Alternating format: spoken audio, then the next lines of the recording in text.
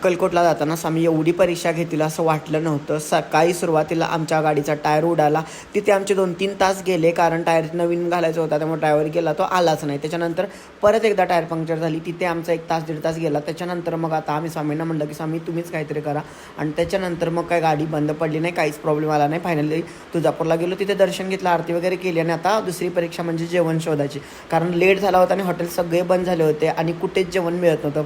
Finally एका धाब्यावरती जेवण मिळालं, कसं बसं सगळेजण जेवलो आणि एक रूम ठरवली, रूममध्ये गेलो. आणि सकाळी जायचं होतं आम्हाला काकड आरतीला, पण लेट झाला कारण रात्री झोपायला वेळ झाला होता. मग इथे सगळेजण तयार व्हायला सुरुवात झाली. इकडे पाऊस पण लागत होता आणि मंदिरात आम्ही आलो दर्शनाला. आता इथे लग्नानंतर पहिल्यांदाच आमचं दर्शन एकत्र होणार होतं, त्यामुळे एक्साइटमेंट तर होती, त्यापेक्षाही जास्त की स्वामींचं दर्शन होणार याचं एक वेगळं समाधान चेहऱ्यावरती होतं. आता दर्शन कसं झालं, स्वामींची भेट कशी झाली, हे तुम्हाला पुढच्या ब्लॉगमध्ये पाहायला मिळेल. तोपर्यंत सर्वांना श्री स्वामी समर्थ.